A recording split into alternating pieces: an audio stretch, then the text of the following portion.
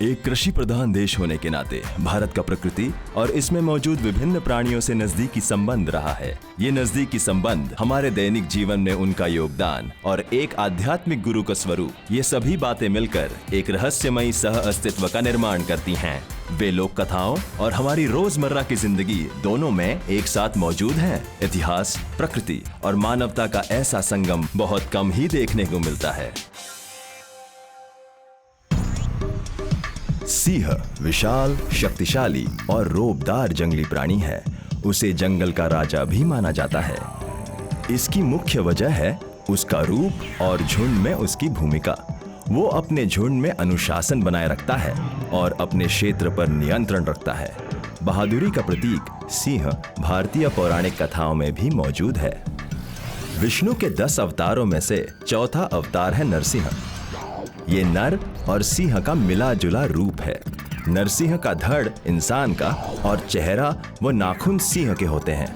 अन्य अवतारों की तरह ही विष्णु द्वारा नरसिंह अवतार लेने की वजह भी थी लोगों को अत्याचारियों से मुक्ति दिलाना। और इस अवतार में एक अत्याचारी राक्षस को मारने के लिए विष्णु को कई सारे शर्तों को पूरा करना पड़ा था। हाँ वाकई, एक बार हिरण्याक्ष और हिरण्यकशिपु नाम के 2 असुर भाइयों ने पूरे ब्रह्मांड में आतंक मचा रखा था। इनमें से हिरण्याक्ष को तो विष्णु के तीसरे अवतार वराह ने खत्म कर दिया था, लेकिन भाई की मौत से हिरण्यकशिपु भगवान विष्णु से नफरत करने लगा। उसने अपनी सेना से विष्णु भक्तों पर जुल्म करवाए। साथ ही उसने मंदार पर्वत पर कठिन तप शुरू कर दिया। वर्षों की तपस्या से प्रसन्न होकर ब्रह्मा प्रकट हुए और उससे वरदान मांगने के लिए कहा। तब हिरण्यकशिपु ने अपनी मृत्यु के संबंध में कुछ ऐसी शर्तें रख दी कि उसका मरना नामुमकिन सा हो जाए। उसने ब्रह्मा से कहा, मेरी मृत्यु आपके द्वारा बनाए गए किसी इंसान या प्राणी से ना हो। मेरी मृत्यु ना घर में हो, ना घर से बाहर हो, ना दिन में हो, ना रात में हो, ना धरती पर हो, ना आकाश में हो, और कोई भी शस्त्र मेरी मृत्यु का कारण ना बने। इस तरह से हिरण्यकशिपु ने मृत्यु से बचने का इंतजाम कर लिया। ब्रह्मा से वरदान प्राप्त कर हिरण्यकशिपु के अत्याचार और बढ़ गए और उसने इंद्र के सिंहासन पर भी कब्जा कर लिया।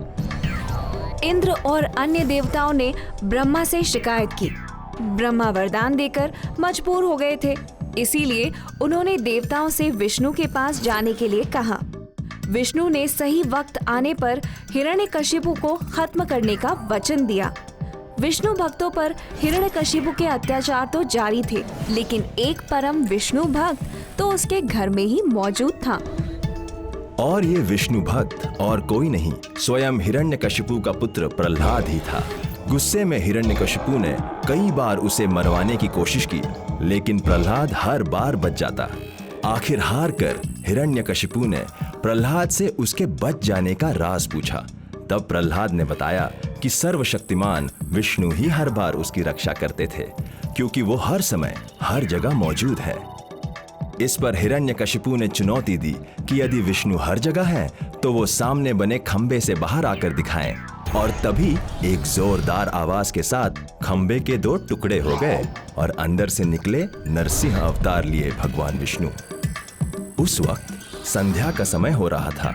नरसिंह अवतार ने हिरण्यकशिपु को उठाया और महल की दहलीज पर ले गए और उसे अपनी जांग पर बिठाया। फिर अपने तेज नाखूनों से हिरण्यकशिपु का पेट चीरकर उसे खत्म कर दिया।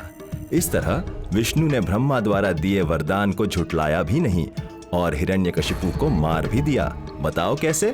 वो ऐसे कि नरसिंह अवतार ना तो मनुष्य था, ना जानवर, यानी कि ब्रह्मा द्वारा बनाया गया कोई प्राणी नहीं था। हिरण्यकशिपु को मारते वक्त संध्या का समय था, यानी ना दिन था न रात। हिरण्यकशिपु को महल की दहलीज पर मारा गया, जिसे ना घर के अंदर माना जाता है न बाहर।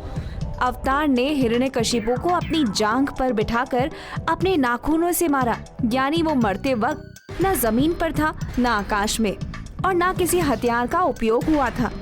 इस तरह नरसिंह अवतार ने लोगों को हिरण्यकशिपु के आतंक से मुक्ति दिलाई। हिंदू धर्म के अलावा बौद्ध मत में भी सिंह एक महत्वपूर्ण प्राणी है। बौद्ध धर्म अपनाने के बाद सम्राट अशोक ने कई स्तूपों और स्तंभों का निर्माण किया।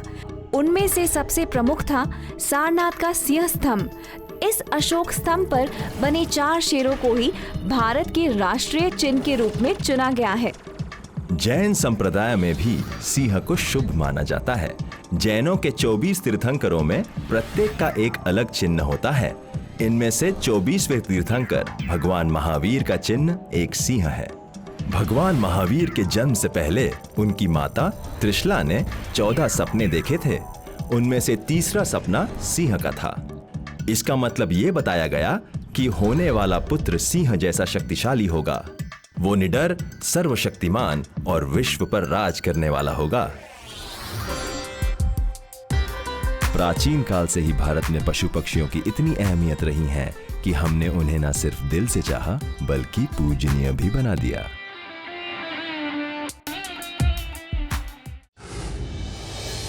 Like, share, subscribe and click on the bell icon to never miss an update from Epic.